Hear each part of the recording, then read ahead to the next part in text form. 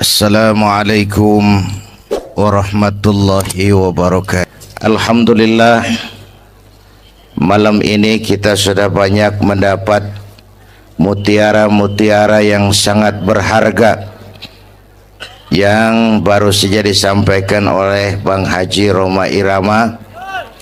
Saya yakin besar manfaatnya buat kita semua. Mudah-mudahan apa yang kita dengarkan bisa kita amalkan. Saudara-saudara, sekarang ini banyak orang bisa memberi contoh, tapi sedikit orang bisa menjadi contoh. Ngasih contoh mah gampang, jadi contoh susah. Karena beliau manusia. Laqad ja'akum rasulun min anfusikum. Kalau kambing disuruh nyontoh ayam, yang nyuruh nyontoh kagak punya pikiran. Ya, kagak level. Kambing mah nyontohnya kambing, kebo nyontohnya orang, nyontohnya orang. Makanya Nabi kita orang, bukan malaikat, bukan jin, bukan dewa, manusia. Kalau manusia disuruh nyontoh manusia, itu perintah masuk akal, predispositionnya sama. Kalau disuruh nyontoh malaikat mah ribet kan. Malaikat bagaimana nyontohnya, dia mah tidur kagak, makan kagak, sama duit budeg, sama perempuan kagak open, lah susah nyontohnya. Ya, Superman tuh biar hebat nggak bisa dicontoh Superman, bagaimana terbangnya, lagian pakai celana dalam di luar, Pak. Nggak bisa dicontoh Superman mah. Nabi kita manusia utuh, cuman sungguh pun manusia, kualitasnya beda. Ini namanya basyarun la kal basyari. Manusia memang, tapi jangan samain, bobot bibitnya beda. Contoh, kita nih manusia, kita tidur. Nabi kita manusia, beliau tidur. Tidur Nabi, tidur mata doang, hatinya nggak pernah tidur. Tuh bedanya sama kita tuh. Tidur kita keblek, asal tidur habis-habisan. Lagi kita manusia, kita keringetan. Nabi kita manusia, keringetan. Keringet Nabi harum wangi, bau minyak kasturi, zaman belum ada parfum. Keringet kita udah rasain aja masing-masing dah, jangan pakai dikebet udah.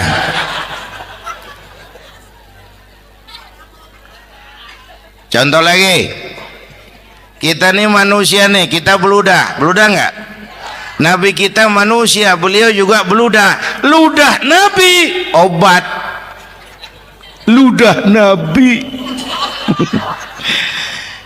Itu kan waktu mau hijrah kan sama Sayyidina Abu Bakar, sampai di Gua Sur, Sayyidina Abu Bakar bilang, saya turun duluan ke gua ya Rasul. Ngapain? Bersihin gua, takut ada binatang berbisa.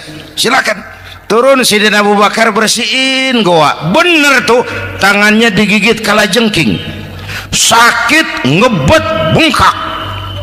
Kalajengking Arab ya, emang di Arab kejadiannya. Heran nyaut aja badan,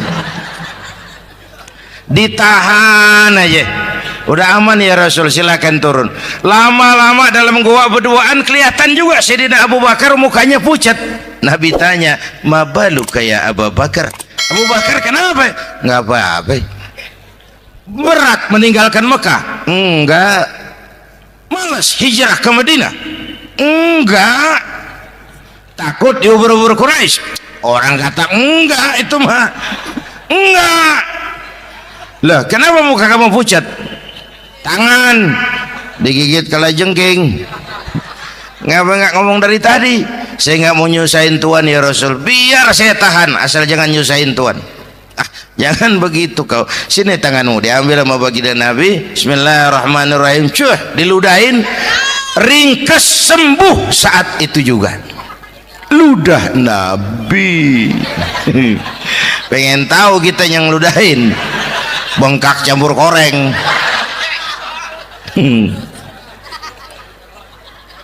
Satu tuh alasannya kenapa Nabi dijadikan contoh, karena manusia, kalau manusia disuruh nyontoh manusia pasti bisa dong ya. Yang kedua, karena tadi kata Bang Haji Oma, pribadinya itu pribadi yang multidimensi. Mau nyontoh apa? Pak, saya ini pengusaha Pak. Nabi umur 9 tahun udah ke Syria tuh dagang lintas negara Syam tuh. Saya jenderal Pak, Nabi mimpin tentara di medan perang Mas. Saya mau balik Pak, Nabi dakwah Bung. Saya guru Pak, Nabi ngajar Mas. Innama bu'istu mu'alliman, aku diutus sebagai guru, guru umat, guru bangsa. Saya politisi Pak, Nabi diplomat ulung Bung. Saya presiden Pak, Nabi mimpin bangsa dan negara Mas. Saya kepala rumah tangga Pak, Nabi punya anak bini Bang. Ayo lempengan mana dulu cari ngomong. Malah Nabi Isa tuh nggak bisa jadi contoh bagaimana membina rumah tangga bahagia. Bagaimana membina rumah tangga bahagia menurut contoh Nabi Isa? Nggak ada Mas. Kenapa? Nabi Isa belum sempat kawin. Ya, Nabi Isa belum sempat kawin. Ada pengikut Nabi Isa menyangka nggak kawin ajaran Nabi Isa, pada ngikut lagi nggak kawin. Tuh pastor tuh mubazir. Orang dikasih perabotan. Bang bener, saya kalau dalam Islam kiai kagak boleh kawin, saya pilih berhenti jadi kiai. Kalau kagak ada giro-giroan, botak rambut.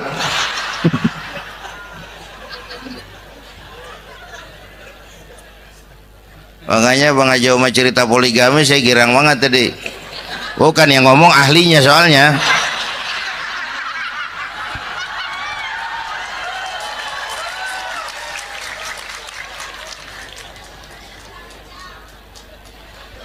Dadah gitu aja deh ya.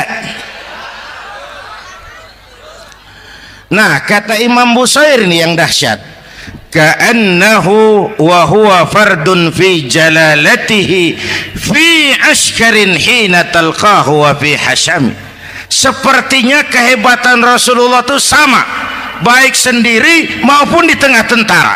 Artinya begini, orang hebat banyak, tapi yang hebat di mana-mana susah nyarinya.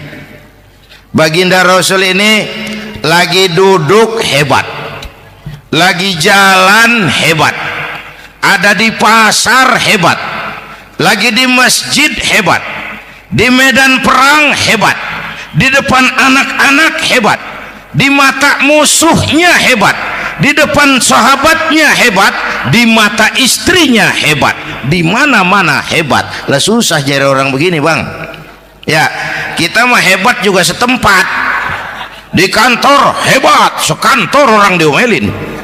Di kantor, pulang ke rumah dikeplak sama bininya diem aja. Nih di depan bininya dia kagak hebat dia mah.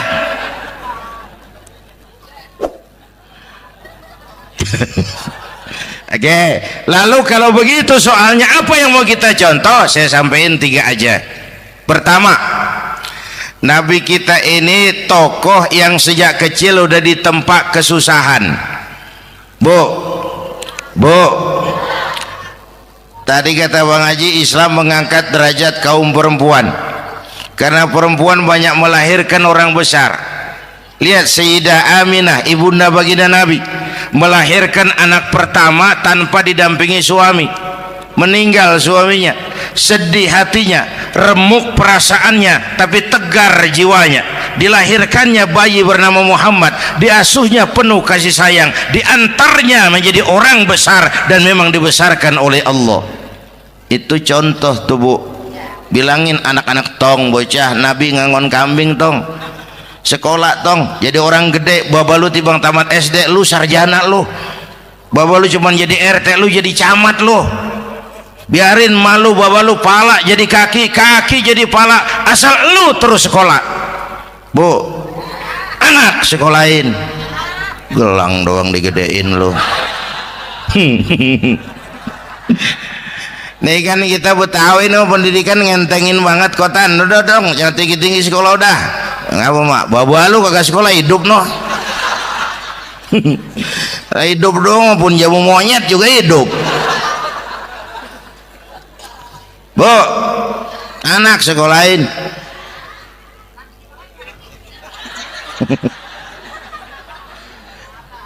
Mahatma Gandhi, kecilnya begeng, ceking, cacingan, yatim. Emaknya tuh Gandhi sekolah nak, Gandhi belajar nak, Gandhi jadi orang besar nak. Kalau perlu belajar ke Inggris, biar Inggris menjajah kita. Nggak apa-apa kau sekolah ke Inggris, tapi jangan jadi Inggris nak. Jangan pacaran sama bule, jangan sentuh minuman keras. Gandhi jadi orang besar. Mahatma Gandhi tumbuh karena dorongan emak.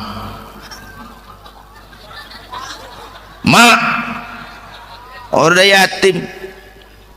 James Watt, Kang Bandrek. Emaknya tuh yang dorong tuh jadi orang besar. Belum lagi perempuan yang jadi besar. Di Indonesia ada Kartini, di Jawa Tengah ada Dewi Sartika, di Jawa Barat Dewi Sartika, di Bengkulu ada Fatmawati Soekarno sang penjahit bendera merah putih, di Aceh muncul Laksamana Malahayati, disusul kemudian oleh Cut Nyadin, baru kemudian muncul Cut Keke, Cut Meme, Cut, ya udah tak cut lain dah.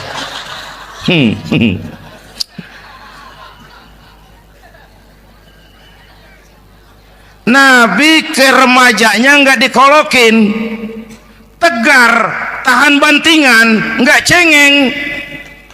Begini bang, kalau bahasa kita nih, bahasa Betawi nih, orang mah bang kalau udah biasa susah ketemu susah nggak kaget udah.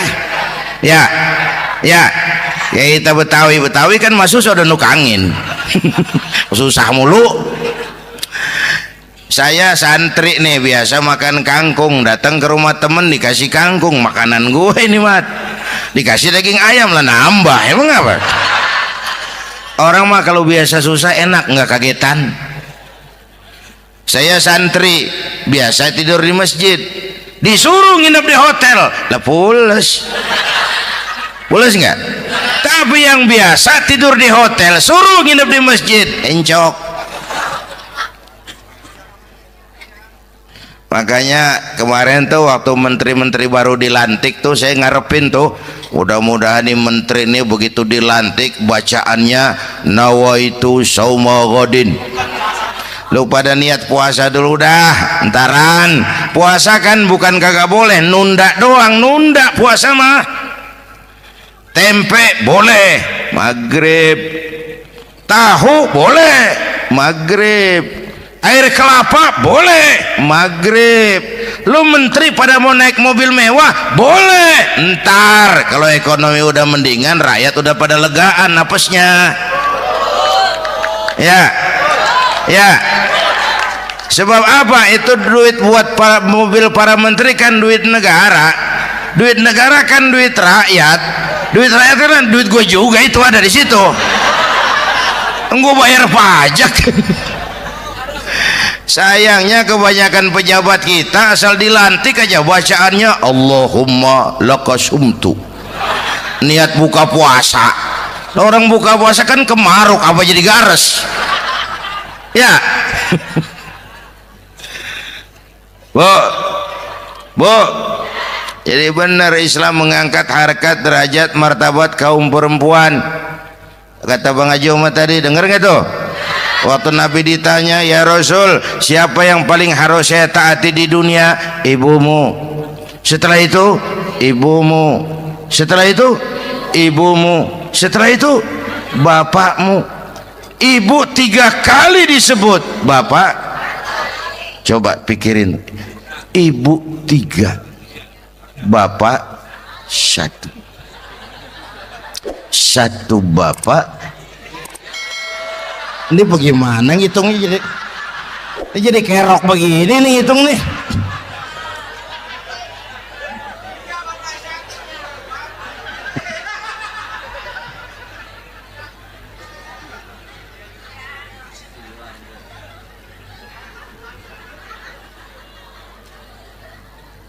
Jangan takut ngadepin susah. Hidup nih keras, kerja keras, peras keringat, banting tulang. Ya Bu. Satu. Yang kedua, contoh dari Nabi. Orang yang paling bersih hatinya Rasulullah. Orang yang paling baik akhlaknya Rasulullah. Orang yang bahkan sudah dapat jaminan ampun dari segala dosa Rasulullah. Tapi orang yang kalau sholat malam sampai bengkak kakinya karena rajin sujud Rasulullah. Aspek ibadah. Apaan? Hei, diam-diam giliran gue ini ngomong.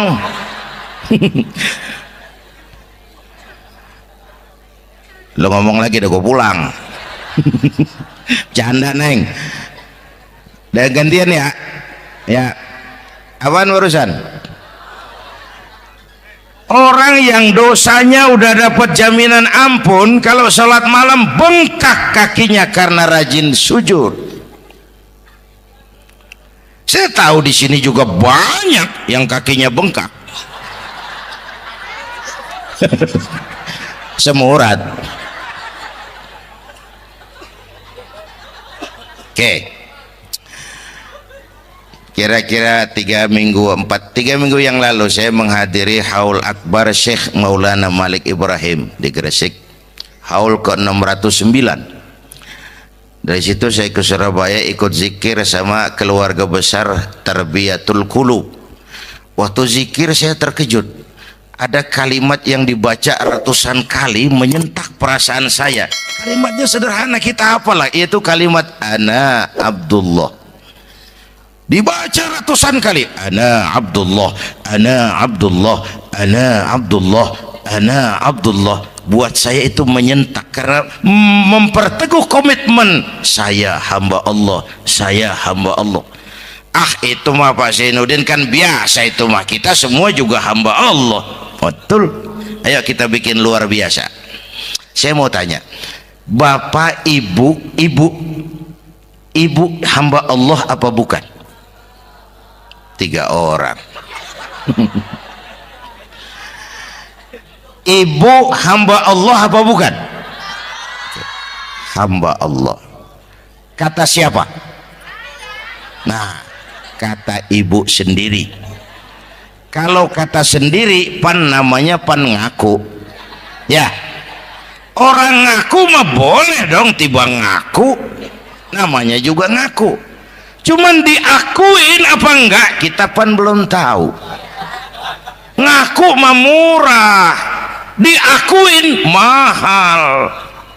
Ya, yang gampang dah. Ibu kenal sama Presiden SBY? Kenal. Presiden SBY kenal sama ibu? Lo ngaku, lo ngaku.